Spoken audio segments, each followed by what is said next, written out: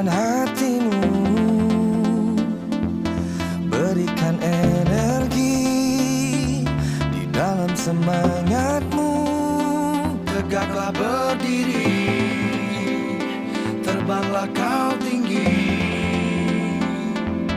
Inilah saatnya namamu bergema.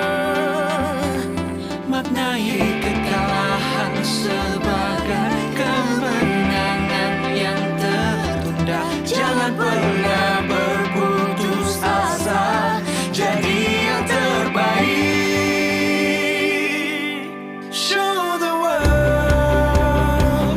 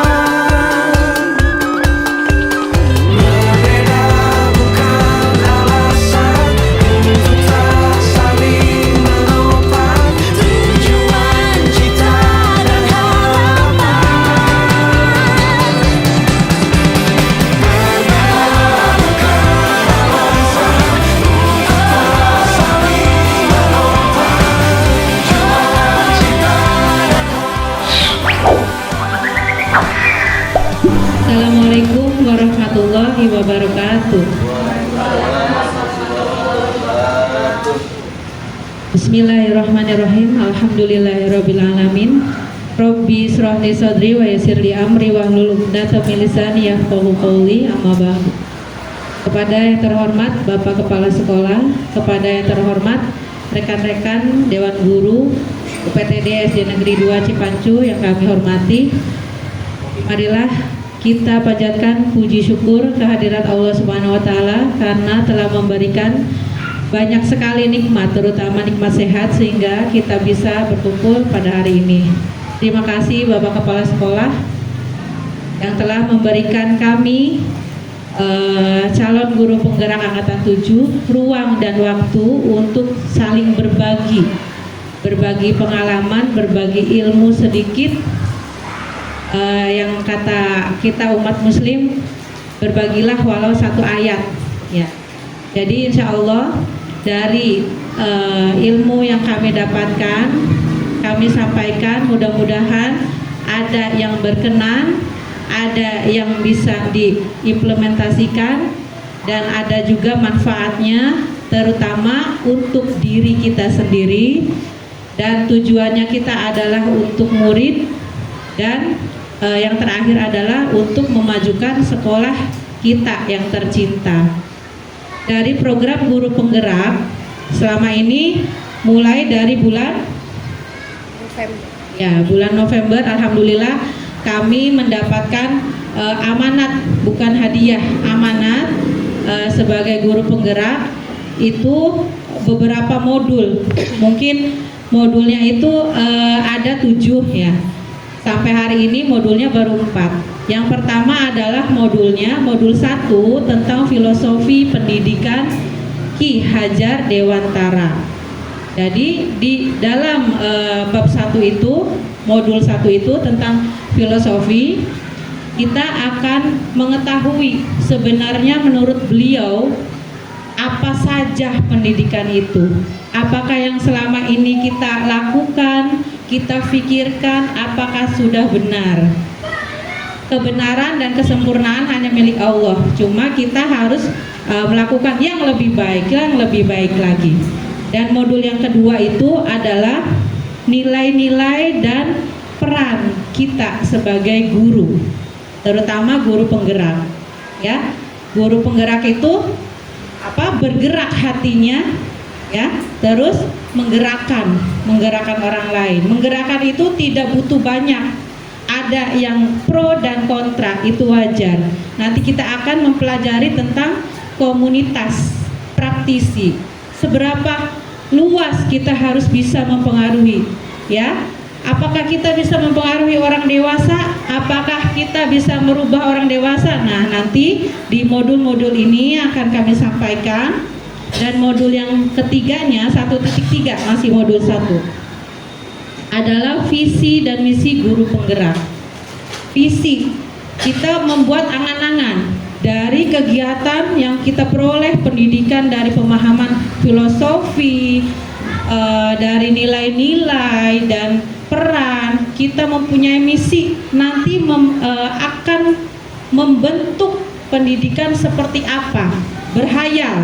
Berhayal tapi kita bermisi, kita terarah gitu ya. Kita tidak mau kan ya hanya diam di sini dalam suasana yang nyaman. Oh, di titik nyaman, oh murid banyak, kita ngajar, yang penting anak berangkat, ada rapot, anak naik. Tidak bisa kita ada di zona nyaman seperti itu. Dan nanti kita akhirnya di titik modul 1.4, yaitu tentang budaya positif. Budaya positif itu kebiasaan-kebiasaan baik, ya, bisa menjadikan suatu disiplin positif. Apa sih kok disiplin tapi positif? Ya, terus ada di disiplin itu ada tentang kegiatan kita selama ini. Dari pemikiran, dari nilai-nilai, dari visi dan misi, akhirnya akan keluar penampilan kita di depan anak-anak. Itu adalah budaya positifnya. Apakah berjalan atau tidak?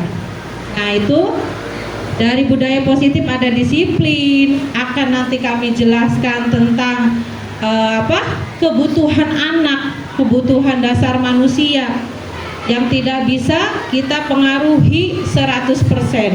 Tapi kita bisa memanfaatkan kebutuhan dasar itu untuk memasukkan misi kita ke dalamnya. Gitu. Dan akhirnya nanti kita akan tahu selama ini kita membuat hukuman kepada anak, apakah itu benar? Selama ini kita memberikan hadiah kepada anak yang baik dan berprestasi, apakah itu baik? Dan kita memberikan yang lain-lainnya, apakah itu sudah sesuai?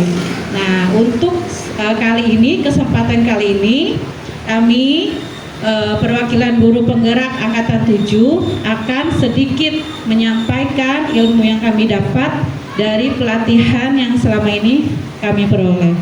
Untuk penjelasan filosofi pendidikan Ki Hajar Dewantara akan disampaikan oleh Ibu Dini Nurbaiti SPD. Pada beliau kami silakan.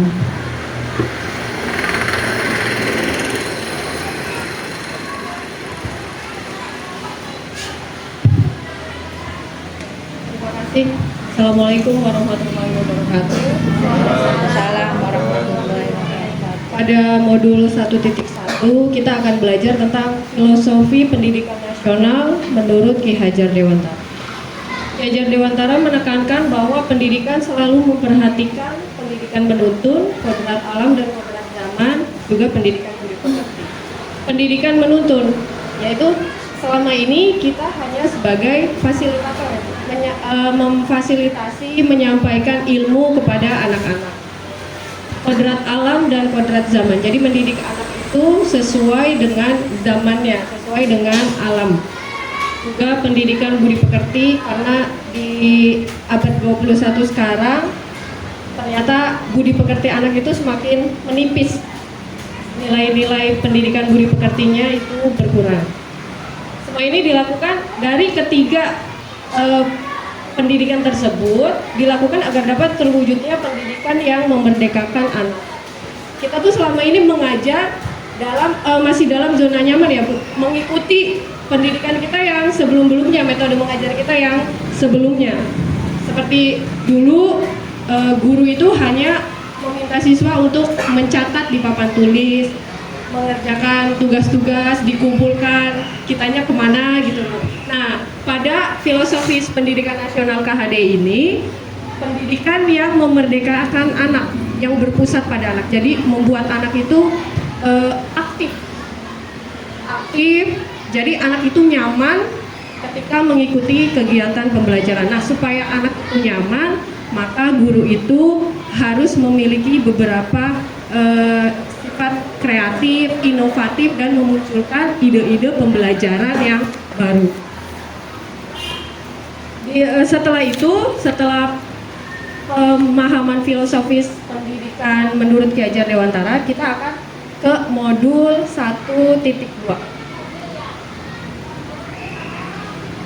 Nah, ini ada beberapa contoh pendidikan yang berhamba pada murid. Berhamba, sebenarnya kata menghamba itu seolah-olah kita menuhankan, tapi menurut KHD menghamba ke anak tuh jadi berpusatnya ke anak-anak ya Bu, jadi tidak memaksakan kehendak. Kalau selama ini kan kita pendidikan itu berpedoman pada capaian kurikulum saja. Nah, sekarang kita memperhatikan juga kebutuhan dan kemampuan anak.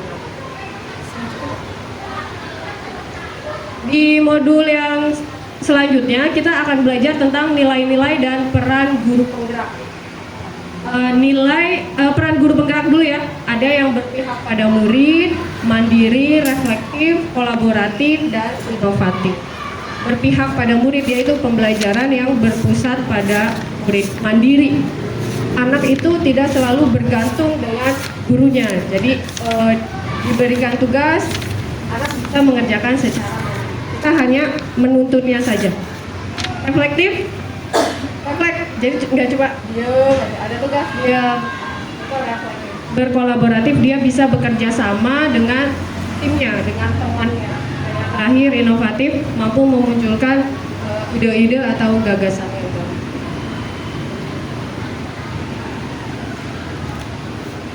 Nah, ini ada peran guru penggerak, menjadi pemimpin pembelajaran, menjadi coach bagi guru lain, mendorong kolaborasi, mewujudkan kepemimpinan murid, dan menggerakkan komunitas praktisi.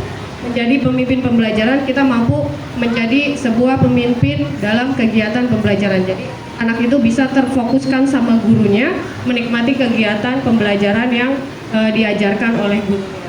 Menjadi coach bagi guru lain, sebenarnya coach itu kan lebih intinya pemimpin ya, tapi kita tuh memimpin tapi juga dengan berkolaborasi, bukan cuma jadi seorang pemimpin aja tapi nggak bisa menerima saran dari teman-temannya, tapi kita menerima saran dari teman, saling bertukar informasi, saling bertukar pengetahuan di situ.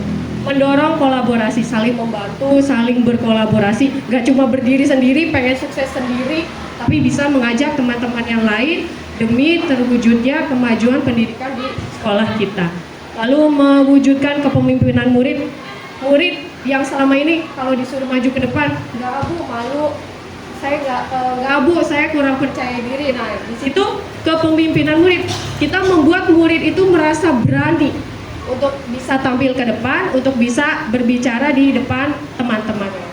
Menggerakkan komunitas praktisi itu bukan cuma di luar sekolah aja ya bu, pak, tapi di dalam ruang lingkup sekolah juga bisa. Pada intinya guru penggerak ini bersama-sama mengajak teman-teman lainnya, rekan-rekan yang lain untuk bisa menciptakan pembelajaran atau membuat pendidikan yang lebih maju lagi dalam dunia pendidikan.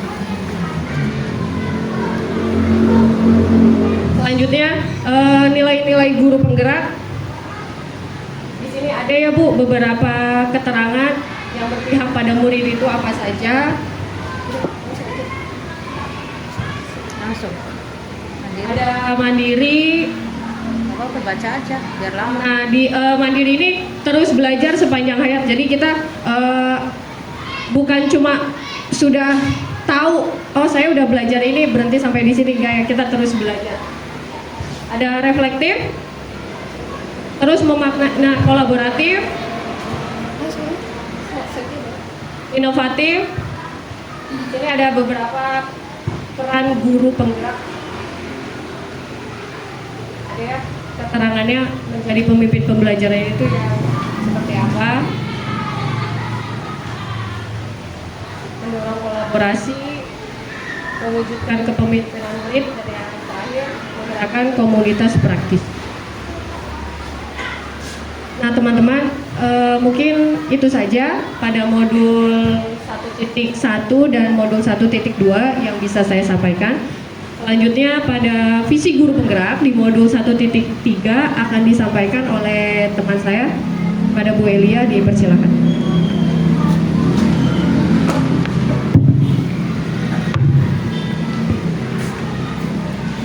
Terima kasih. Sedikit menambahkan tentang menghamba pada anak itu, sebenarnya itu berakar dari kisahnya Ki Hajar Dewantara yang sedang fokus mengerjakan karya tulisnya tapi terganggu oleh putrinya, ya, karena putrinya itu mengganggu, jadi dia taruh di luar, dikunci. Sedangkan di luar itu karena beliau itu tinggalnya di Belanda. Beberapa menit setelah karya tulisnya selesai, dibukalah pintu, ternyata putri kecilnya yang di luar itu sampai membeku. Setelah kejadian itu, Ki Hajar Dewantara mengambil hikmah. Dari putrinya menggigil tidak bisa bergerak, dia menyesal. Dia lebih fokus kepada tugasnya tetapi tidak memperhatikan kebutuhan anak yang minta perhatiannya. Jadi itu akar dari kalimat menghamba pada anak. Dan menciptakan murid yang merdeka adalah murid yang mandiri, tidak tergantung kepada orang lain. Dia bisa menyelesaikan pekerjaan sendiri, tetapi butuh masukan dan bimbingan dari guru dan teman-temannya. Ya, komunitas praktisi juga. Kami berdua di sini mempunyai visi dan misi sesuai dengan modul 1.3. Mungkin ada beberapa rekan guru yang dari kami menyampaikan sudah terbuka pikirannya, itu sudah terpengaruh ingin menjadi baik. Nah, ada juga yang kontra, tapi bukan berarti tidak setuju karena belum terbuka. 2 orang misal yang sudah ikuti pemikiran kami, 2 orang itulah boleh menjadi komunitas praktisi kami, ya, untuk menjalankan visi dan misi guru penggerak. Nah, dari 2 orang ini, 2 orang, 1 Ibu Iha di kelasnya menjadi komunitas praktisi di kelasnya, mempengaruhi murid, mempengaruhi wali murid, Ibu Pipit juga di kelasnya, gitu. Jadi setelah 2 orang menjadi komunitas praktisi bertambah dari orang tua murid, pasti saja ada yang kontra dan pro. Nah, ya, jadi membentuk komunitas praktisi itu tidak harus semua mengikuti pemikiran kita. Pasti ada perbedaan pemikiran. Nah, selanjutnya tentang visi guru penggerak ini, kami ya akan membuatkan tentang ini sistemnya, alurnya itu bagja, ya. Setiap rencana kita, misalkan di sekolah mau membuat kegiatan apa, bagja itu singkatan B, buat pertanyaan. Nah, coba Bu. Nah, ini ya, bagja itu B-nya buat pertanyaan utama, contohnya, ya. Nah, di sini pertanyaannya melakukan observasi. Nah, sebenarnya ini pertanyaannya adalah misalkan apa yang akan kita bentuk dari murid. Misalkan ya, kami akan membentuk anak lebih kreatif. Misalkan kita harus buat judul dulu.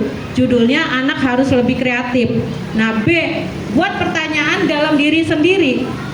Nah, apa yang akan kita bentuk dari anak? Itu pertanyaan utama dari bagja. Ya, terus apa yang akan kita lakukan dengan cara apa? Terus A-nya, ambil pelajaran. Ambil pelajaran tuh sebelum kita membuat konsep yang baru ini, kan kemarin kita udah belajar, udah mengajar. Oh iya, kemarin anak-anak masih banyak yang belum bisa membaca. Padahal sudah kelas 6. Ditulis, catat, diambil pelajaran. Terus gali mimpi.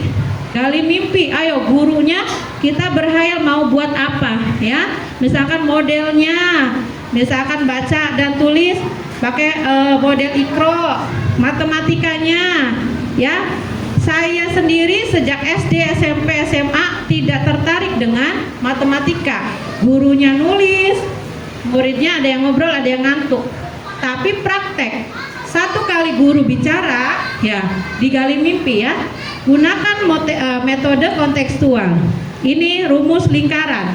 Cari benda yang bentuknya lingkaran. Oh iya, tutupnya drum, seperti itu. Rumusnya ini, sok diukur. Jadi anak bergerak, tidak akan kehabisan akal untuk belajar. Gali mimpi. Saya percaya rekan-rekan semua banyak mimpi-mimpi indah tentang untuk menciptakan muridnya menjadi belajarnya menyenangkan. Jangan sampai kehabisan gaya. Aduh, ini udah disampaikan. Ngapain ya? Jangan ya. G ya. Sekarang J dari bagja. Jabarkan rencananya dengan sistematis. Karena semua itu harus tertulis. Semua tersusun seperti notula, ya.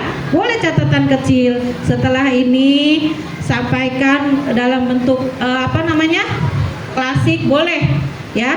Terus kasihkan konseptual, boleh kontekstualnya, dan tugas-tugas dirinci seperti itu. Dan alhamdulillah kita sudah melaksanakannya di agenda, ya. Mudah-mudahan bisa dilanjutkan.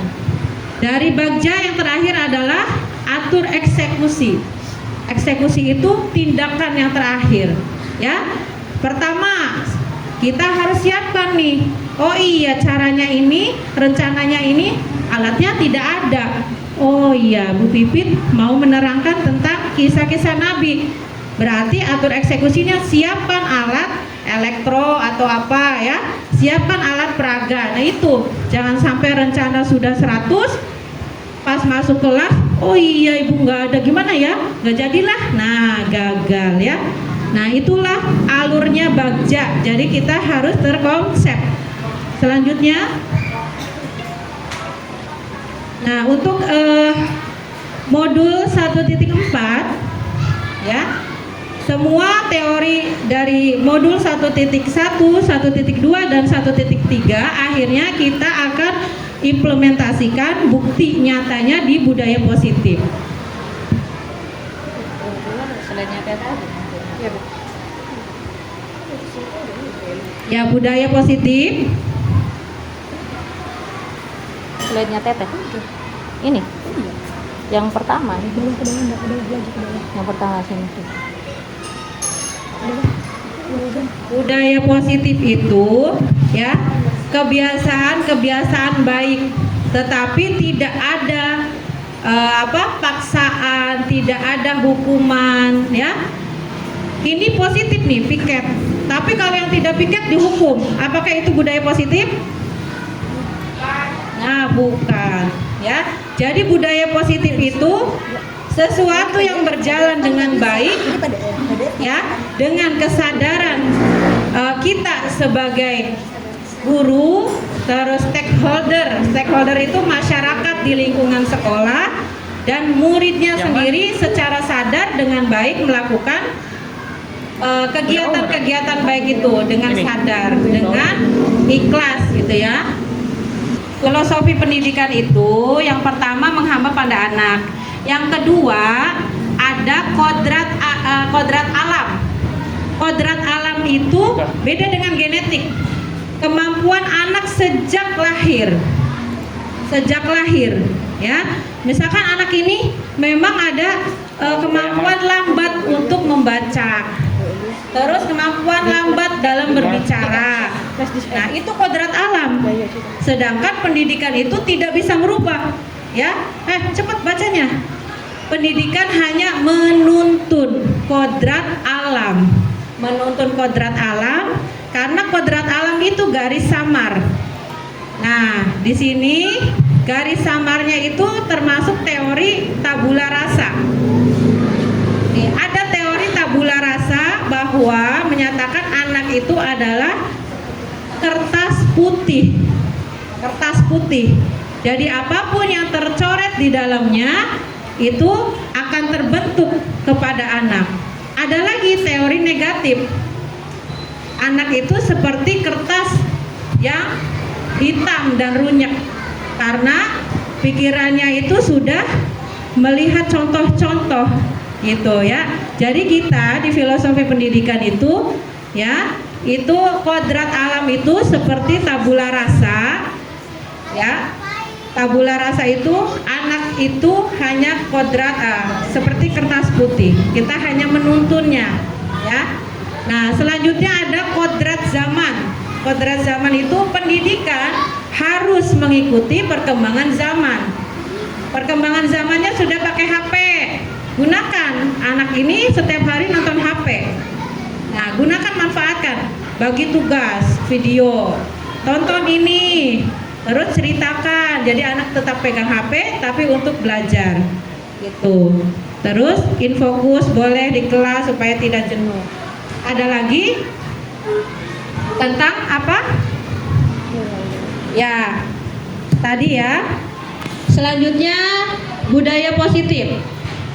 Yang tadi budaya positif adalah nih, latar belakangnya anak-anak merupakan sebuah kehidupan akan tumbuh menurut kodratnya sendiri, yaitu kekuatan hidup lahir dan batin yang harus diperhatikan dalam pendidikan. Mendidik anak adalah mendidik masyarakat ya, karena anak bagian dari masyarakat. Kita mempersiapkan masa depan anak untuk kehidupan lebih baik. Demikian pula mendidik anak berarti mendidik bangsa. Jadi tidak usah kita perang ke medan perang, kita didik aja yang ada di depan kita. Karena kelak kita tidak ada, mereka lah yang melanjutkan kita. Terus guru adalah pamong untuk menuntun murid menjadi pribadi yang bertanggung jawab dengan menerapkan budaya positif di sekolah.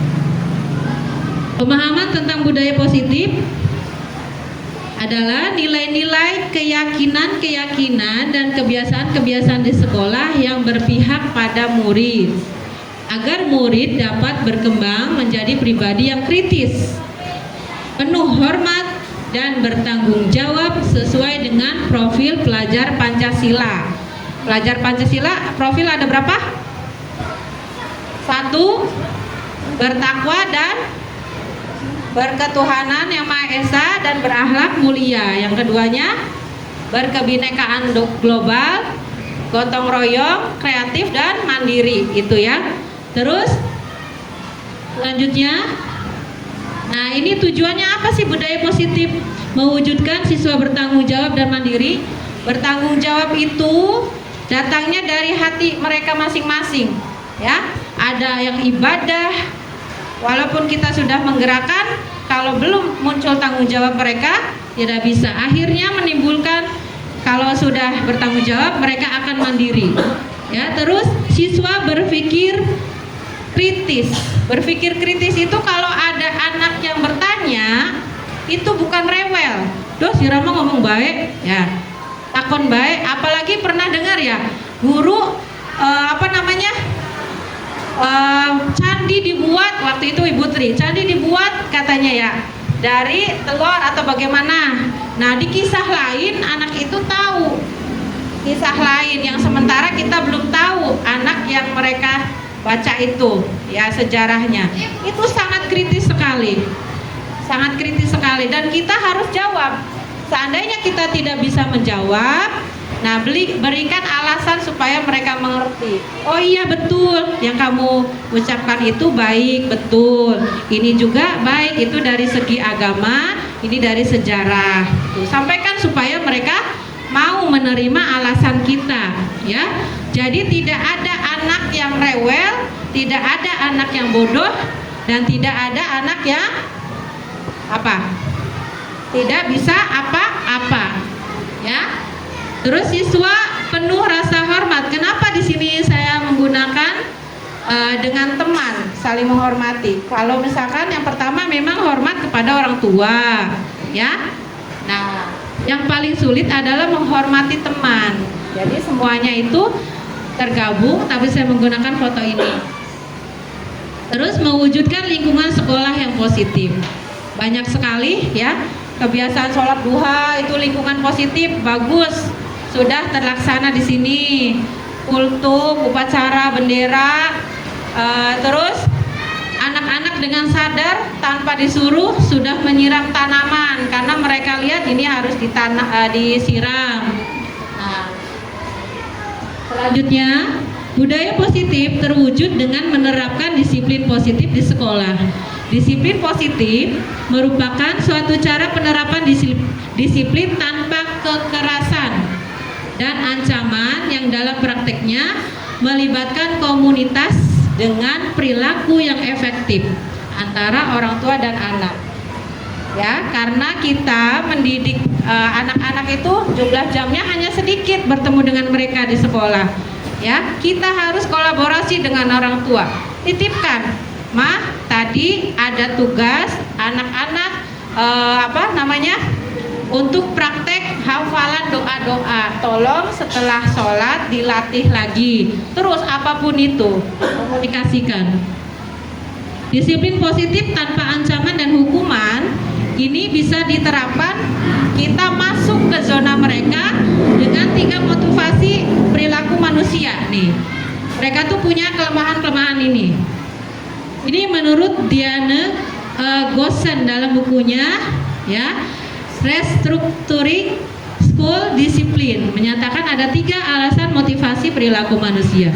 Mereka nurut melakukan disiplin kalau 1, mereka itu menghindari ketidaknyamanan atau takut dihukum. Nah, ya, karena takut dihukum, wah ada bohong, takut dihukum, piket. Padahal kita diem aja, jangan sampai melakukan ini ya, hukuman. Terus dari penjelasan ini adalah tingkat terendah dari motivasi perilaku manusia. Takut ada sanksi, nanti ada polisi, baru pakai helm, ya. Nah itu. Terus biasanya Orang yang termotivasi perilakunya seperti ini akan bertanya, kalau kita tidak melakukan ini nanti akan ada masalah apa ya? Nanti akan mendapatkan pengaruh fisik apa ya? Nah gitu, mereka berpikir sendiri. Terus yang kedua, untuk mendapatkan imbalan. Wah, Bu Seli sering dapat hadiah nih, semangat ya. Padahal mah minggu ini Bu Seli nggak nyiapin hadiah, ya seperti itu. Dari tipe yang seperti ini, anak akan bertanya pada dirinya sendiri, terus mereka akan melakukan sebuah tindakan untuk mendapatkan pujian. Wajar ya, itu terserah mereka. Tapi kita masuk ke ruang mereka dari kelemahan ini yang menurut mereka penting dan mereka letakkan dalam dunia kualitas mereka. Mereka juga melakukan suatu yang mendapatkan hadiah, pengakuan atau imbalan. Lanjut. Untuk menjadi orang yang mereka inginkan. Nah, di kelas 5B saya pernah masuk, itu sangat antusias. 5B ya Pak? Mereka itu sepertinya punya bayangan, saya nih juara, saya nih gitu. Jadi mereka itu ingin mendapatkan apa yang mereka inginkan. Ya saya harus menjawab ini gitu. Dan menghargai dirinya sendiri dengan nilai-nilai yang mereka percaya. Jadi Ibu El ngajak nih anak-anak, nih kelasnya kotor. Masa udah gede kotor? Ya, kalau kotor nyaman tidak? Tidak. Terus harusnya bagaimana? Disapu Bu. Ya, habis istirahat disapu, baru belajar lagi. Mereka terbuka dengan pikiran yang mereka percaya, mereka bisa melakukan disiplin positif. Lanjut. Nah, tolak ukurnya keberhasilan disiplin positif ini, ya, jika siswa sudah bertanggung jawab melaksanakan ibadah, contohnya piket kelas dan merawat tanaman sendiri tanpa diperintah. Terus siswa penuh rasa hormat kepada orang tua, guru, dan temannya, dan berani minta maaf saat mereka bersalah.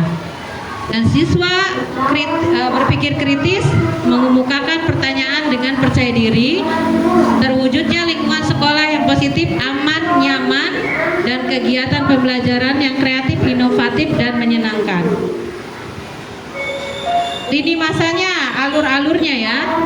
Pertama, kita memberikan pemahaman, sosialisasi budaya positif dulu dengan rekan-rekan, terus memberikan pemahaman kepada siswa.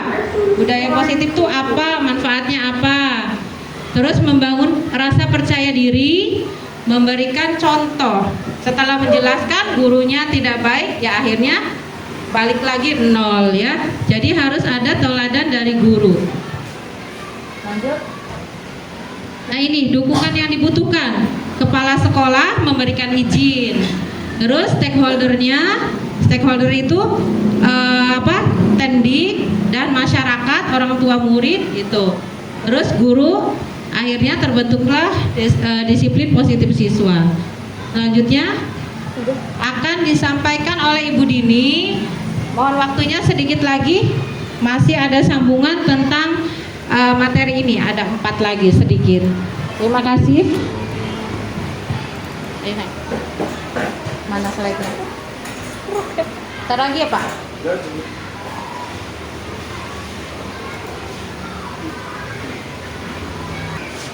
Lanjut ke budaya positif modul 1.4. Di sini pada modul ini kita akan mempelajari tentang disiplin positif dan nilai-nilai kebajikan universal, teori motivasi, hukuman penghargaan dan restitusi, keyakinan kelas, kebutuhan dasar manusia dan dunia berkualitas.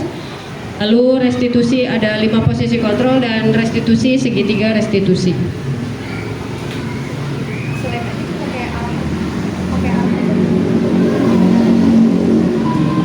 Dalam rangka menciptakan budaya yang positif, penerapan disiplin positif dipraktikkan untuk menghasilkan murid-murid yang berkualitas, disiplin, berkarakter, disiplin, santun, jujur, peduli, dan bertanggung jawab. Di sini kita juga akan belajar bagaimana pentingnya membangun budaya positif di sekolah yang sesuai dengan filosofis pendidikan Ki Hajar Dewantara, yaitu pendidikan yang berpihak pada murid. Jadi yang sesuai dengan pembelajaran di modul 1.1 ya Bu, Pendidikan Nasional KHD. Budaya positif merupakan perwujudan dari nilai-nilai atau keyakinan universal yang diterapkan di sekolah. Budaya positif juga diawali dengan perubahan paradigma tentang teori kontrol, dan barangkali selama ini kita sebagai guru merasa berkewajiban mengontrol perilaku murid agar memiliki perilaku yang sesuai dengan yang diharapkan oleh guru. Kebiasaan-kebiasaan di sekolah juga yang berpihak pada murid agar murid dapat berkembang menjadi pribadi yang kritis, penuh hormat dan bertanggung jawab. Dalam mewujudkan budaya positif ini, kita sebagai guru memegang peranan sentral, di mana guru perlu memahami posisi apa saja yang tepat untuk dapat mewujudkan budaya positif baik dalam lingkup kelas maupun sekolah. Selain itu, pemahaman akan disiplin positif juga diperlukan karena sebagai pamong, guru diharapkan dapat menuntun murid untuk menjadi pribadi yang bertanggung jawab. Jadi mulainya penerapan budaya positif ini kita dimulai bisa dari ruang kelas kita dulu ya Bu, di ruang lingkup kelas kita. Nah setelah itu baru di lingkup sekolah. Disiplin positif dan nilai-nilai kebajikan universal. Nah tujuan dari penerapan disiplin positif ini agar terbentuknya murid-murid yang berkarakter, berdisiplin, santun, jujur, peduli, bertanggung jawab, dan merupakan pembelajar sepanjang hayat sesuai dengan standar kompetensi kelulusan yang dan budaya positif ini juga harus dilaksanakan secara konsisten dengan berkolaborasi dengan seluruh pihak sekolah. Kita perlu melaksanakan kerjasama karena tidak bisa dilaksanakan secara mandiri. Selanjutnya ada nilai-nilai kebajikan universal. Nilai-nilai kebajikan universal merupakan sifat-sifat positif manusia yang merupakan tujuan mulia yang dicapai setiap individu. Ini menurut Dr. William Glasser pada teori kontrol menyatakan bahwa setiap perbuatan itu memiliki satu tujuan ya pasti. Ketika kita melakukan sesuatu pasti kita memiliki tujuan tersendiri. Seperti contohnya, saya membuat kesepakatan kelas di kelas 2, kebetulan saya memegang kelas rendah. Tujuannya tuh apa sih? Nah, dibuatnya kesepakatan kelas ini supaya siswa itu, baik siswa maupun guru sama-sama menerapkan beberapa kesepakatan yang sudah dibuat oleh guru dan muridnya. Lalu ada teori motivasi, hukuman dan penghargaan, juga restitusi. Restitusi di sini membantu murid untuk lebih memiliki tujuan, disiplin positif dan memuliakan dirinya setelah berbuat salah. Melalui restitusi ketika murid berbuat salah, guru itu akan menanggapi dengan cara yang memungkinkan murid untuk membuat evaluasi internal tentang apa yang dapat mereka lakukan untuk memperbaiki kesalahan mereka dan mendapatkan kembali harga diri. Lalu murid juga memerlukan bertanggung jawab atas perilaku yang mereka pilih, namun mereka juga dapat memilih untuk belajar dari pengalaman dan membuat pilihan yang lebih baik dari waktu yang akan datang. Jadi memperbaiki kesalahannya dan tidak akan mengulangi kesalahannya tersebut. Di sini ada keyakinan kelas. Ini ada beberapa gambaran pembuatan keyakinan kelas. Jadi kita itu meminta siswa itu memberikan ide usulannya apa aja sih yang harusnya dilakukan oleh siswa, dan nanti dari ide-ide tersebut dimusyawarahkan apa aja yang akan disetujui. Keyakinan kelas itu merupakan nilai-nilai kebajikan universal yang disepakati secara tersirat dan tersurat. Tersirat disampaikan idenya, tersurat lalu tertulis. Jadi tidak membandingkan suku, negara, agama maupun bahasa. Ada kebutuhan dasar manusia dan dunia berkualitas. Nah, semua tindakan manusia itu memiliki tujuan tertentu dan semua yang kita lakukan adalah usaha terbaik kita untuk mendapatkan apa yang kita inginkan. Jadi ketika seorang murid misalkan melakukan suatu perbuatan yang bertentangan dengan nilai-nilai kebajikan, itu sebenarnya dikarenakan mereka gagal memenuhi kebutuhan dasar mereka.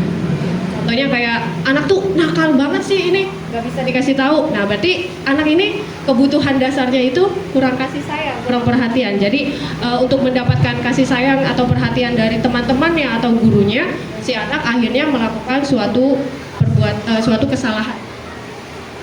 Ada 5 kebutuhan dasar manusia, ada kebutuhan bertahan hidup, kebutuhan kasih sayang dan rasa diterima, penguasaan, kebebasan, dan kesenangan. Kebutuhan bertahan hidup, kebutuhan yang bersifat fisiologis untuk bertahan hidup, kesehatan, rumah, dan makanan, kebutuhan pokok. Selanjutnya ada kasih sayang, koneksi, saling menerima, saling perhatian, untuk kasih sayang dan rasa diterima. Ada juga penguasaan, ini berkaitan dengan pencapaian sesuatu, menjadi lebih kompeten, terampil, dan diakui prestasi atau keterampilan. Ada lagi kebebasan, kebutuhan yang berkaitan dengan kemandirian dan pilihan, juga mampu mengendalikan arah hidup seseorang. Yang terakhir ada kesenangan, kebutuhan untuk merasa senang, mencari kesenangan, bermain, dan tertawa. Selanjutnya dunia berkualitas. Nah, dunia berkualitas itu ialah tempat khusus dalam pikiran kita di mana kita menyimpan gambaran representasi dari semua yang kita inginkan. Bisa berisi orang-orang, hal-hal apa saja yang terbaik dalam hidup kita dan membuat kita merasa bahagia dan terpenuhi kebutuhan dasar kita. Jadi dalam dunia berkualitas itu kita juga membutuhkan orang sebagai support system ya Bu, yang penyemangat, bukan hanya dari keluarga, bukan hanya dari orang-orang terdekat, rekan kerja, anak-anak, tapi juga mungkin ada beberapa orang pilihan yang bisa sebagai support system dalam kehidupan kita. Lalu ada beberapa hal-hal atau kejadian yang bisa membuat kita merasa bahagia dan terpenuhi kebutuhan dasarnya. Nah, di sini kita akan belajar tentang segitiga restitusi. Restitusi itu ada 5 posisi kontrol. Jadi posisi kontrol guru, ada sebagai penghukum, pembuat merasa bersalah, teman, pemantau, dan manajer. Posisi penghukum, biasanya seorang penghukum itu menggunakan fisik maupun verbal ya. Guru-guru atau orang-orang yang menjalankan posisi sebagai penghukum ini biasanya memiliki keyakinan bahwa sekolah itu memerlukan sistem atau alat yang dapat lebih menekankan murid lebih dalam lagi. Nah, biasanya pada posisi ini guru tuh sering berkata, patuhi aturan saya, atau awas kalau kamu tidak patuh pada perintah saya. Nah, itu posisi penghukum. Ada juga posisi pembuat merasa bersalah. Nah, pada posisi ini biasanya guru itu lebih menegur ke siswanya, lebih menegur ke gurunya itu dengan suara yang lemah lembut. Jadi seolah-olah membuat si siswa ini merasa bersalah. Kata-kata yang keluarnya biasanya, Ibu sangat kecewa sekali nih dengan kelakuan kamu. Nah, jadi membuat si murid itu merasa bersalah. Ada lagi posisi teman. Guru pada posisi ini tidak akan menyakiti muridnya, namun akan tetap berupaya mengontrol murid melalui persuasi. Posisi teman pada guru bisa juga bersifat positif ataupun negatif. Positifnya itu dimana guru bisa berhubungan baik dengan muridnya, jadi menggunakan kata-katanya lebih ke teman sendiri ya. Tapi posisi negatifnya, jadi murid itu lebih bergantung sama gurunya. Wah, kalau guru saya nggak bantuin saya, nanti saya gimana nih? Nah, itu negatifnya dari posisi teman. Dan yang keempat ada posisi pemantau. Pemantau itu berarti kita mengawasi. Posisi ini berawal dari teori stimulus respon yang menunjukkan tanggung jawab guru dalam mengontrol muridnya. Kita biasanya memantau kelakuan murid dengan ketika murid itu berbuat kesalahan, pertanyaan yang akan keluar dari kita biasanya menggunakan kata-kata, apa yang telah kamu lakukan? Kamu habis ngapain sih sampai kayak gini? Itu posisi pemantau. Yang terakhir ada posisi manajer, posisi di mana guru berbuat sesuatu bersama dengan murid dan mempersilahkan murid mempertanggungjawabkan perilakunya, mendukung murid agar dapat menemukan solusi atas permasalahannya sendiri. Seorang manajer itu biasanya akan berkata, Apa yang kita yakini? Nah, kembali ke keyakinan kelas yang sudah kita buat tadi. Contohnya dari posisi manajer. Lalu ada segitiga restitusi. Segitiga restitusi ialah suatu proses dialog yang dijalankan oleh guru atau orang tua agar dapat menghasilkan murid yang mandiri dan bertanggung jawab. Ada 3 langkah dari segitiga restitusi ini, diantaranya proses-prosesnya yaitu menstabilkan identitas, establish the identity, lalu fasilitasi tindakan yang salah, validate the misbehavior, yang terakhir menanyakan keyakinan, seek the belief. Nah, ini ada menstabilkan identitas. Bagian dasar dari segitiga ini bertujuan untuk mengubah identitas anak dari orang yang gagal karena melakukan kesalahan dan menjadi orang yang sukses. Ketika anak melanggar peraturan dan sedang mencari perhatian adalah anak yang sedang mengalami kegagalan, yaitu jadi berawal dari kebutuhan dasarnya dulu. Selanjutnya ada validasi tindakan yang salah. Biasanya guru di sini menyuruh anak untuk menghentikan sikap yang tidak baik. Kamu besok jangan sampai telat lagi ya, jangan sampai bangunnya kesiangan lagi. Itu validasi tindakan yang salah. Tujuannya untuk menunjukkan bahwa guru memahami alasan dibalik tindakan murid. Harusnya kita bertanya dulu alasannya, oh bisanya berangkatnya terlambat itu kenapa? Dari validasi tindakan yang. Dan yang terakhir ada menanyakan keyakinan tadi ya. Teori kontrol itu menyatakan bahwa kita pada dasarnya termotivasi secara internal ketika identitas sukses telah tercapai pada langkah 1 dan langkah 2, maka kita juga bersiap untuk dihubungkan dengan nilai-nilai yang dia percaya, dan yang terakhir itu berpindah menjadi orang yang dia inginkan. Dan dari menghubungkan keyakinan anak dengan keyakinan kelas atau keluarga itu apa nilai-nilai umum yang telah kita sepakati. Jadi dia kembali kepada keyakinan kelasnya. Contoh praktik segitiga restitusi di gambar yang pertama saya ambil contoh dari kelas 6 ketika salah satu anak ketahuan mencontek jawaban temannya.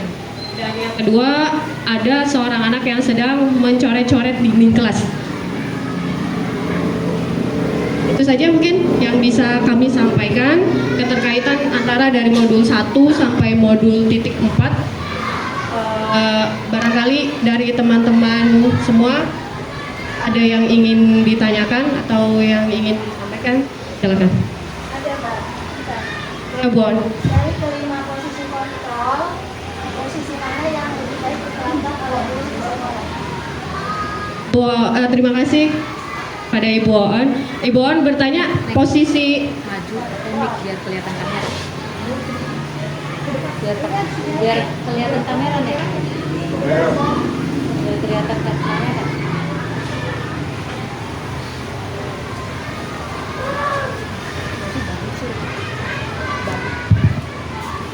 Yang saya tanyakan, Assalamualaikum warahmatullahi Waalaikumsalam warahmatullahi wabarakatuh. dari kelima posisi kontrol tadi, mana yang lebih baik diterapkan di sekolah? Terima kasih. Assalamualaikum warahmatullahi wabarakatuh. Waalaikumsalam warahmatullahi wabarakatuh. Terima kasih. Bu On bertanya tentang posisi kontrol apa yang diterapkan di sekolah, yang lebih baik diterapkan di sekolah. Kalau menurut saya pribadi ya Bu, dari penjabaran 5 posisi kontrol guru tadi, mungkin kita lebih condong ke posisi manajer. Kalau posisi manajer itu kita bersama-sama mencari pemecahan masalahnya. Seperti contohnya, Ibu di sini tidak akan mencari alasan.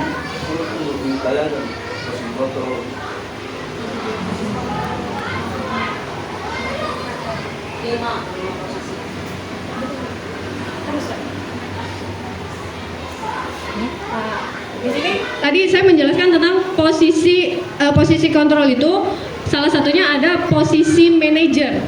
Nah, posisi manajer itu di mana guru berbuat sesuatu bersama murid. Jadi guru bukan gurunya aja yang akhirnya memutuskan si murid itu harus berbuat apa, atau muridnya aja yang memutuskan oh saya tidak perlu melakukan ini lagi, jangan sampai melakukan ini lagi. Jadi sama-sama guru itu berkolaborasi ya Bu antara guru dan muridnya.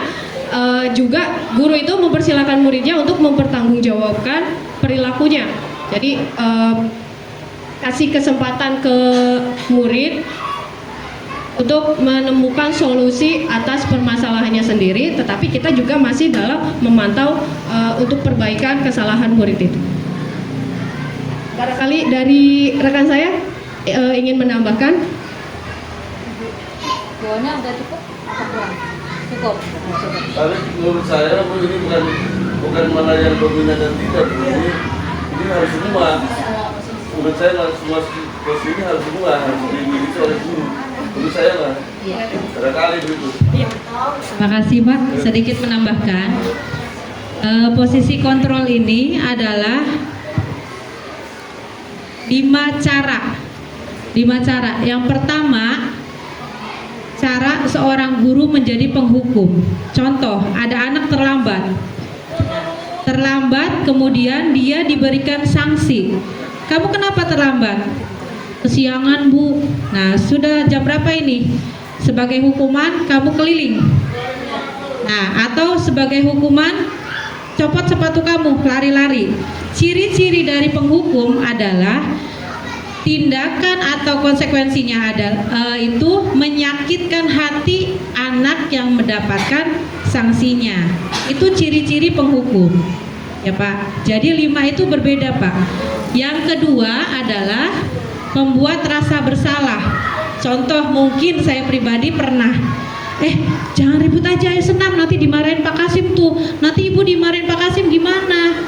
Nah, mereka akan merasa bersalah. Oh iya, nanti Bu Elia dimarahin kepala sekolah. Ya sudahlah, anak itu terlambat. Kamu kenapa terlambat? Kalau kamu terlambat terus, ibu yang malu. Mereka merasa bersalah karena guru itu mengucapkan omongannya itu. Ciri-cirinya dari guru itu kata-katanya begitu. Kalau membuat rasa bersalah. Nah, ada lagi yang teman. Kayaknya siapa nih dominan yang sebagai teman, ya? Pak, ayo Pak, ini gimana sih Pak?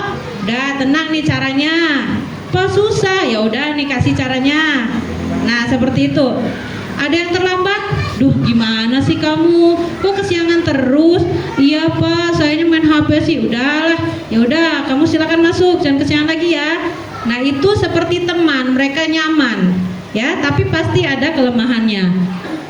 Dan cara selanjutnya adalah pemantau. Biasanya pemantau ini mengumpulkan data-data. Kamu sudah 3 kali kesiangan terus. Kemarin 5 menit, sekarang 10 menit. Nah ya, kenapa kamu? Oh tidurnya jam 9. Seperti itu. Jadi mengumpulkan data-data kalau pemantau, diperhatikan. Selanjutnya ini yang menurut teori kami adalah yang sempurna, manajer. Manajer ini seorang guru akan melakukan 3 langkah restitusinya itu dengan sempurna Pak. Ini 3 langkah restitusinya, ya. Kalau yang lainnya mungkin 3 langkah ini ada yang dipakai, ada yang tidak. Kalau yang manajer ini menstabilkan identitas dulu. Yang pertama, anak terlambat. Kenapa Asep terlambat? Oh iya Bu, saya kesiangan, malamnya begadang sih Bu. Oh iya, Ibu juga pernah kesiangan. Ibu juga pernah menstabilkan. Mereka ketakutan, stabil dulu suasananya, membuat nyaman dulu walaupun mereka bersalah. Itu langkah yang pertama. Yang kedua, validasi tindakan, menjelaskan bahwa tindakan kamu tetap salah. Iya Asep, kamu ibu dan pernah kesiangan, tapi kamu sadar tidak ini perbuatannya salah? Iya Bu, salah Bu, maaf. Nah yang ketiganya menanyakan keyakinan supaya kamu tidak kesiangan lagi. Gimana nih caranya? Kita hanya memberikan pertanyaan pemantik saja Pak, jangan kasih solusi. Oh iya Bu, ya udahlah nanti saya kalau malam nggak nonton HP Bu. Terus bangunnya jam berapa? Bangunnya lebih pagi Bu supaya tidak kesiangan. Akhirnya dari 5 posisi kontrol itu yang terbaik adalah manajer menggunakan 3 langkah restitusi ini dengan baik. Ya, manajer ini cirinya adalah memberikan solusi. Ya, tidak ada yang tersakiti dan tidak ada yang merasa terlalu nyaman seperti teman. Jadi anak sadar dengan dirinya salah, sadar orang lain juga pernah bersalah seperti dia, dan caranya akan akan dia pikirkan sendiri, akan menepati sendiri karena omongannya sendiri. Itu Bon, Pak. Ya, terima kasih. Ya. Di situ posisi Ya, posisi kontrol. Ya, pertama jadi guru ini juga harus mempunyai terhukum artinya. Guru ini punya sifat, artinya bukan menghukum. Ya, berarti artinya punya dasar kan gitu. Punya dasar. Ya. Tetap dilakukan gitu. Membuat proses salah artinya dengan guru ini supaya arti pulang berasa bersalah gimana gitu. Bukan bagi waktu, kamu salah bukan gitu. Nah emang yang betul emang gitu, sebagai apa, sebagai tadi jadi terlalu manajer juga menurut saya bukan tepat kalau manajer saya bukan manajer gitu ya, itu kurang tepat. Semuanya ini harus dikuasai oleh guru ya, dan ya, tetapi dalam koridor pendidikan gitu. Nah, jadi bukan terlalu harus begini, bukan. Kali-kali istilahnya guru ini memberikan bukan manis itu artinya memberikan peningkatan kepada anak. Itu maksud saya gitu, bukan. Ya, Pak. Tadi saya setuju ya dengan karena tadi saya sedang mendengarkan itu ya, jadi yang dimaksud oleh ibu adalah mungkin pilih salah satu begitu kan ya. Tipe gurunya, Pak. Tipe gurunya. Ya. Terima kasih Bu. Ya, terima kasih Pak. Mungkin ini dikaitkan ya Bu Dini dengan tadi sudah disampaikan belum perbedaan hukuman, konsekuensi, dan restitusi. Selama ini kan kita misalkan ya anak-anak tahu-tahu, kamu dihukum, kamu nggak ngerjain PR, udah tulisan yang banyak. Taunya kita hukuman aja, anak juga taunya mereka sedang dihukum.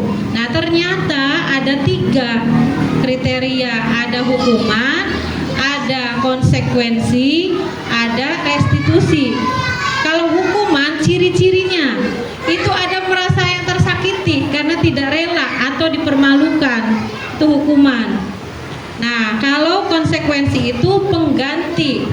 Ya, pengganti, misalkan kamu tidak mengerjakan PR di sini, ya sudah, setelah teman-temannya yang lain pulang, kamu dapat pelajaran tambahan buat ngisi tugas, jam belajarnya ditambah karena sudah pengganti jam kamu ngisi PR di rumah tidak dikerjakan, itu konsekuensinya.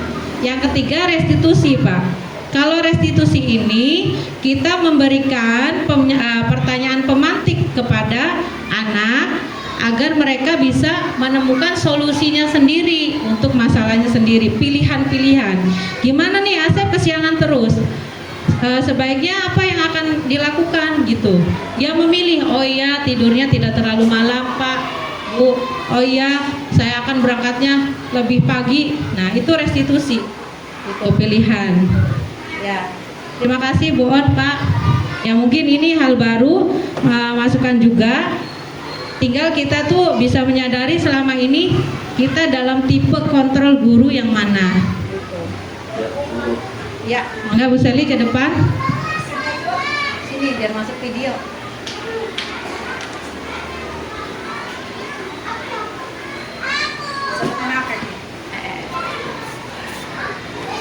Punten jadi perpanjang waktu.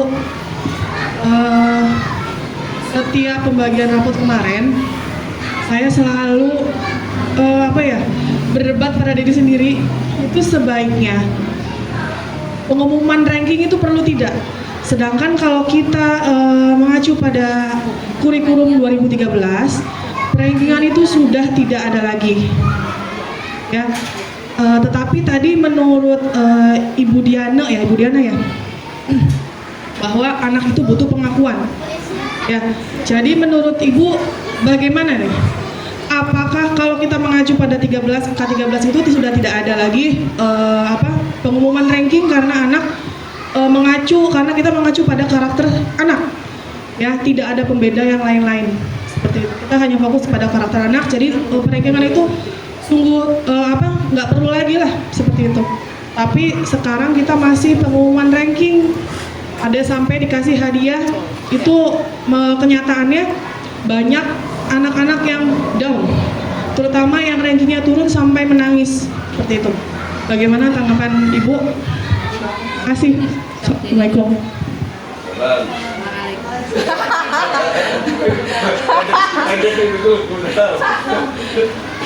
Terima kasih pada Ibu Sally yang sudah memberikan pertanyaannya terkait dengan pengumuman peringkat kelas ya Bu.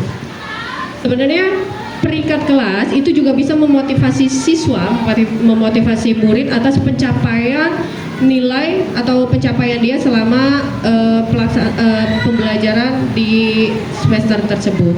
Ada sisi positif dan ada sisi negatifnya. Sisi positifnya itu bisa meningkatkan semangat pada siswa yang teman-temannya itu masih belum bisa mencapai dari biasanya kan di kelas itu yang diumumkan hanya 10 besar, 10 peringkat besar. Itu bisa memotivasi atau mengajak ke teman-teman yang lainnya, oh saya juga harus lebih giat lagi nih belajarnya. Oh kekurangan apa sih yang belum bisa saya capai supaya saya bisa masuk dalam peringkat tersebut. Tapi dari sisi negatifnya itu yaitu Bu, dari biasanya itu yang namanya nilai, pencapaian nilai itu kan tidak harus saya tahun kemarin tuh dari kelas 1 sampai kelas 3 rankingnya 1 terus Bu, nggak pernah yang namanya turun ke ranking 2, ke ranking 3 ataupun sampai lebih dari 5 besar. Di situ mungkin ya Bu ya, kekecewaannya di situ. Kok bisa sih sama Bu Sally, saya yang biasanya ranking, waktu sama Bu Dini saya ranking 1, sama Bu Elia ranking 1, sama Bu Sally kok saya ranking 6. Nah mungkin kekecewaannya di situ karena kemampuan setiap anak dan penilaian guru itu berbeda. Ya Bu ya. Mungkin Yang itu kan karena karakter ya, ada nanti karena ada di sini dengan di situ kan ya. Nah sekarang kita masuknya ke kelas 13, apa masih perlu diumumin ranking? dan tadi ya terima kasih. Perlu gak ranking tuh diumumin? Kalau buat saya pribadi ya Bu ya, buat saya pribadi peringkat itu perlu diumumkan. Yaitu selain memotivasi siswa juga bisa memacu ya, memotivasi, memacu semangat siswa. Ya perlu buat saya mah. Tapi ya sisi negatifnya yaitu Bu, ada beberapa anak yang mungkin mengalami kekecewaan ketika dia tidak sesuai dengan nilai atau peringkat yang diharapkannya. Kembali ke gurunya masing-masing mau diumumkan atau tidaknya, dan pemahaman kepada siswa yang terutama orang tuanya ya Bu.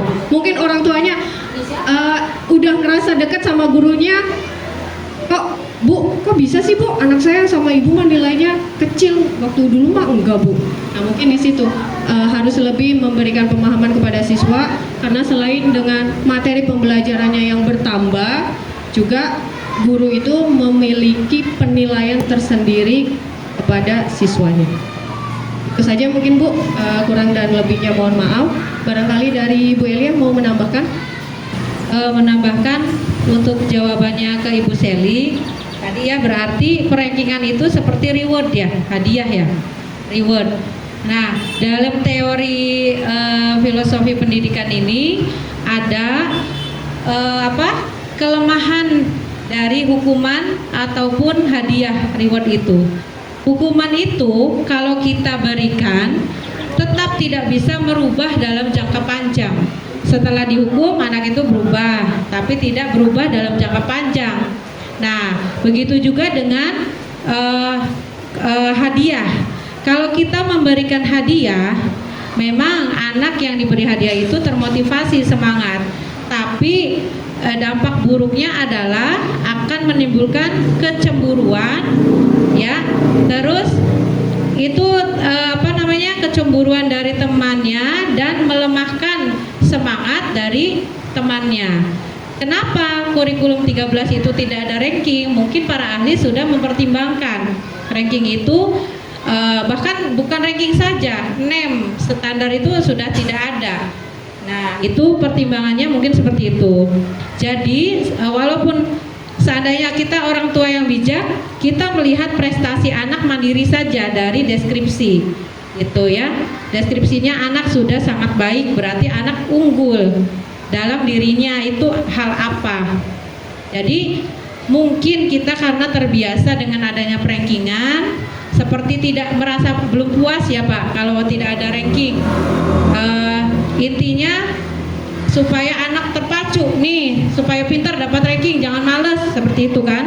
Tapi ternyata dalam teori ini penghargaan itu memang dampaknya besar ya, menurunkan motivasi anak yang tidak mendapatkan prestasi, dan akhirnya yang berprestasinya juga malah kebanyakan sombong gitu ya.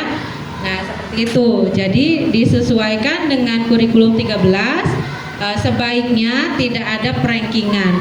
Hanya saja seorang guru sebelum bagi rapot itu menjelaskan ke orang tua bahwa yang diperlukan adalah bukan nilai dari persaingan mereka di kelas, tapi nilai kompetensi kemampuan anak secara mandiri gitu.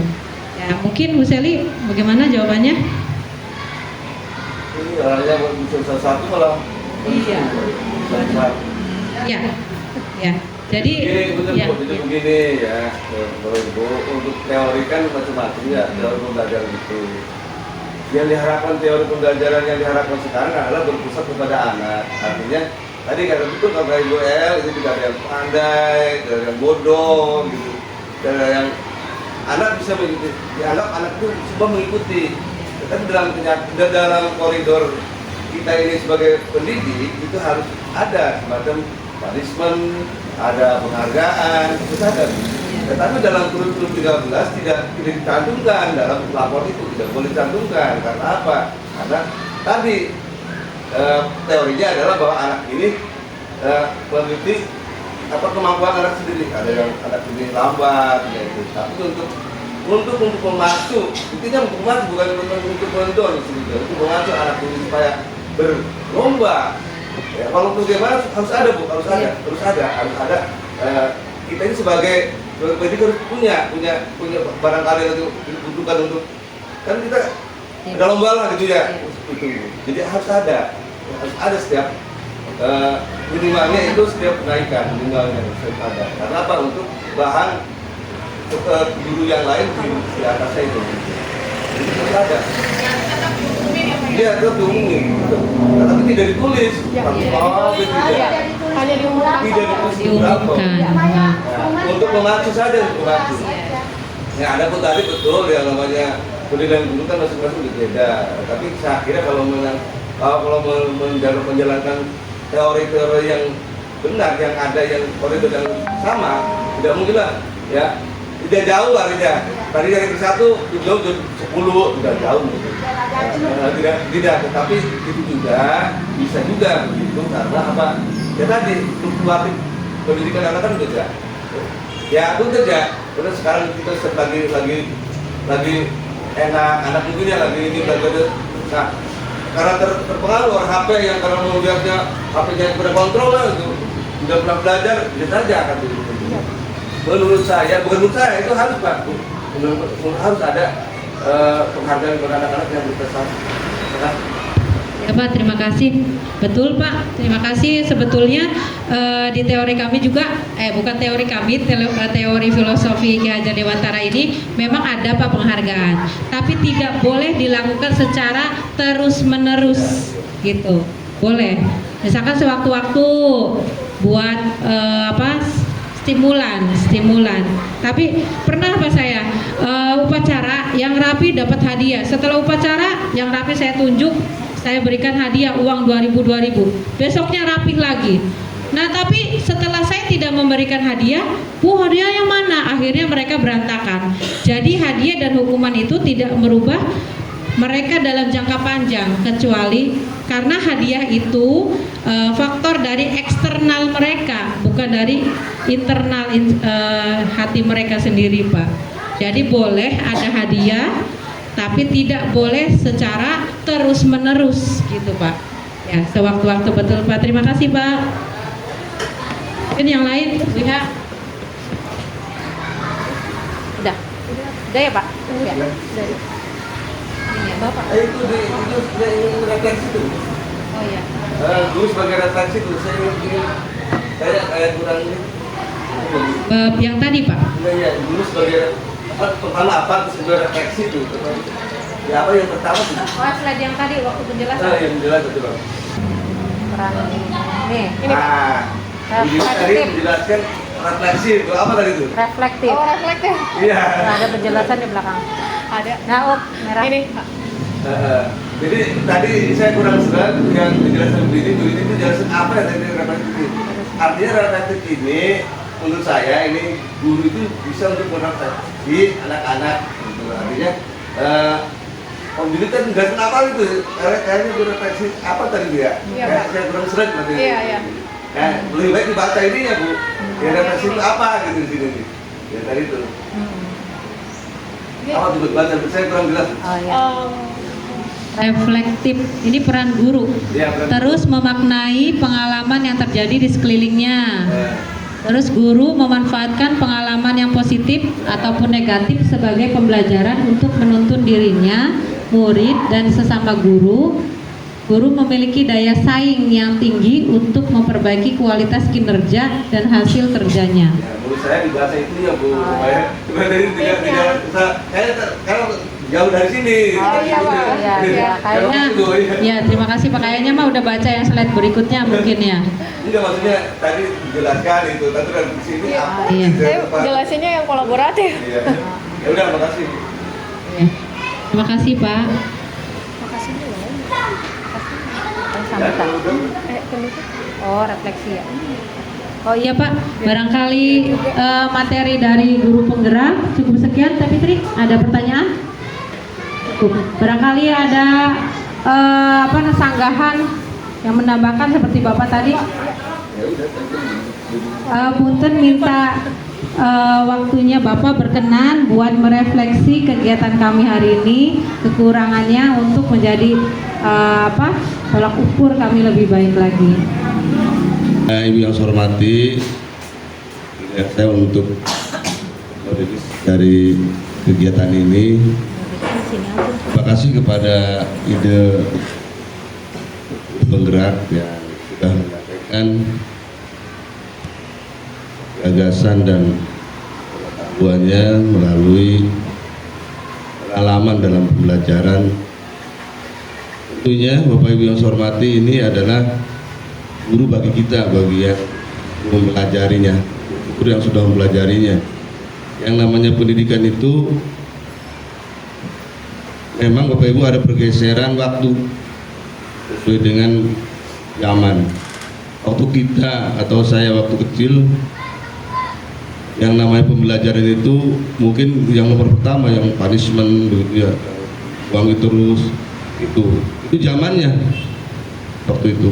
Sekarang diminta oleh para praktisi pendidikan bahwa kita mengajar ini sesuai dengan teori. Itu teori ini bukan baru Bu. Namanya diajar Dewantara ini kan sudah ya lama, sejak kita sekolah juga sudah. Tetapi kebijakannya beda, kebijakannya. Jadi yang berbeda adalah kebijakannya. Teorinya sama. Kita waktu sekolah di sekolah guru begitu, teori ya begini, betul sudah. Bahwa anak adalah pusat dari kita belajar. Jadi kita belajar itu, mengajar itu berdasarkan pusatnya anak. Dulu, masih ingat, guru menganggap anak itu bodoh semua. Dulu, ya Bu Onya, itu guru yang paling pintar. Nah sekarang diminta anak itu tidak bodoh, sebetulnya sudah punya dasar untuk berkembang. Kita hanya untuk sebagai instruktur, sebagai pengarah, supaya anak ini timbul bakatnya. Nah ini seperti yang ya, disampaikan oleh guru penggerak. Nah ini Bapak dan Ibu, sedikit-sedikit marilah kita ikut untuk belajar memahami tentang pendidikan sekarang. Memang betul Bapak dan Ibu, tadi dikatakan bagaimana kalau tidak punishment bagaimana, anak-anak bagaimana, kalau ada punishment terus bagaimana. Emang ada nilai plus dan ada nilai negatifnya. Tetapi kita dalam koridor mengajar jangan sekali-kali menganggap bahwa anak itu bodoh. goblok sih, nah itu apalagi keluar begitu ya Bu. Untuk sekarang ini caranya bagaimana ya, itu kita harus benar-benar menggunakan teori-teori yang seperti ini. Nah, terima kasih Pak Bu ya, insiden Mangga dikembangkan, dan hal semacam ini kalau memang perlu dilakukan untuk dikemukakan ke Bapak dan Ibu guru sangat baik sekali. Karena sekarang baru beberapa orang bertanya Bu bertanya, karena mungkin bisa saja bertanya itu karena apa ya, tahu tetapi ingin bertes. Bisa saja bertanya itu memang yang hal yang baru gitu. Nah, yang diharapkan saya adalah emang itu baru lalu kita laksanakan dengan baik. Nah, untuk kegiatan ini Bapak dan Ibu, ucapan terima kasih, dan saya support kegiatan ini karena membantu saya dalam rangka membimbing, mengarahkan, walaupun bagaimana tugas saya adalah untuk hal semacam ini yang harus dilakukan, bantu oleh guru penggerak. Jadi terima kasih Ibu Dini, Ibu El, untuk jangan bosan-bosannya walaupun waktunya kita ya banyak keluhan dari teman-teman Pansus 1 ya, ini adalah hal yang baik, dan apabila maunya ada ketidakpuasan, artinya maunya kita sudah jadi begini, kita sudah begini, kita sudah begini, lalu kita maunya ada ganjalan yang tidak sesuai dengan hati kita ambil hikmahnya saja. Hikmahnya artinya kita serahkan ke Allah Subhanahu wa Ta'ala. Berarti ini belum waktunya saya, belum harinya saya. Kita berserah kepada Allah Subhanahu wa Ta'ala, berdoa dan berdoa. Tidak timbul suudzon, tidak timbul hal-hal yang menyalahkan orang. Nah, ini yang diharapkan oleh saya. Yang namanya manusia bisa berusaha, bisa berjuang, tetapi tetap saja kepada Allah Subhanahu wa Ta'ala yang mengabulkan. Apa deh? Terima kasih ya. Mama lagi rapat. Dan mungkin tidak harus saya jelaskan lagi karena sudah dijelaskan, dan Mama lagi rapat. mohon maaf Bu penggerak ya, tadi poin-poin yang tadi saya tidak mendengarkan, jadi saya salah persepsi ya kan ya, karena salah persepsi ya itu, kalau salah persepsi pasti pendapat itu salah ya kan ya, dan kesimpulan itu salah. Setelah dijelaskan persepsi belah itu harus memilih, ya harus dipilih ya kan ya, begitu saja. Terima kasih. Kurangnya saya lebih kurang saya mohon maaf. Bila tidak, wassalamualaikum warahmatullahi wabarakatuh. Waalaikumsalam warahmatullahi wabarakatuh. Penutup ini. Terima kasih Bapak Kepala Sekolah yang telah memberikan refleksi dari kegiatan kami hari ini. Terima kasih untuk rekan-rekan juga yang meluangkan waktunya untuk bisa berkolaborasi dengan kami hari ini. Mudah-mudahan sedikit ilmu yang kami sampaikan ini bisa bermanfaat dan bisa diamalkan dalam kehidupan kita sehari-hari. Mohon maaf apabila sudah mengganggu waktu jam tugas mengajar dan banyak kekurangan dari penyajian kami ataupun dari kata-kata kami mohon maaf sekali lagi. Billahi taufik wal hidayah. Wassalamualaikum warahmatullahi wabarakatuh.